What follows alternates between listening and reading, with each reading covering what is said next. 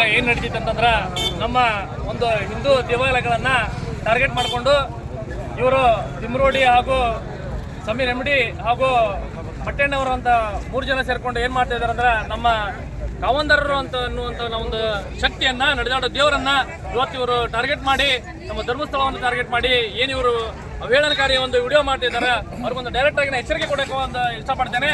ಏನಪ್ಪಾ ಅಂದ್ರೆ ಈ ಒಂದು ತನಿಖೆ ಆಗಿ ಸರಿಯಾದ ಒಂದು ಸಾಕ್ಷ್ಯಾಧಾರಗಳ ಮೂಲಕ ಯಾರು ತಪ್ಪಿತಸ್ಥರ ಶಿಕ್ಷೆ ಆಗುವವರೆಗೂ ಏನಾದರೂ ವಿಡಿಯೋ ಮಾಡಿ ಬಿಟ್ಟಿದ್ದಲ್ಲಿ ಸರ್ಕಾರಕ್ಕೆ ಮನವಿ ಕೊಡ್ತೇವೆ, ಅವರಿಗೆ ಸರಿಯಾದ ಶಿಕ್ಷೆ ಕೊಡಬೇಕು.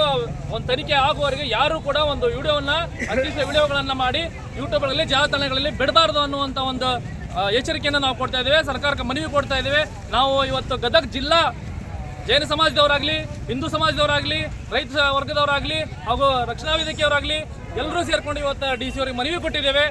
ಈ ಒಂದು ಸರ್ಕಾರ ಒಂದು ಎಚ್ಚೆತ್ತುಕೊಂಡು ನಮ್ಮ ಮನವಿಯನ್ನು ತೆಗೆದುಕೊಂಡು ಸರಿಯಾದ ನಿರ್ಧಾರ ತಗೋಬೇಕು, ಅವ್ರನ್ನ ಅರೆಸ್ಟ್ ಮಾಡಿ ಅವ್ರನ್ನ ತನಿಖೆಗಳಿಗೆ ಒಳಪಡಿಸಬೇಕಂತ ಹೇಳಿ ಕೇಳ್ಕೊತಿದ್ದೇನೆ ಅಂತ ಹೇಳಿ ಒಂದು ಎರಡು ಮಾತುಗಳನ್ನು ಮುಗಿಸ್ತಾ ಇದ್ದೇನೆ.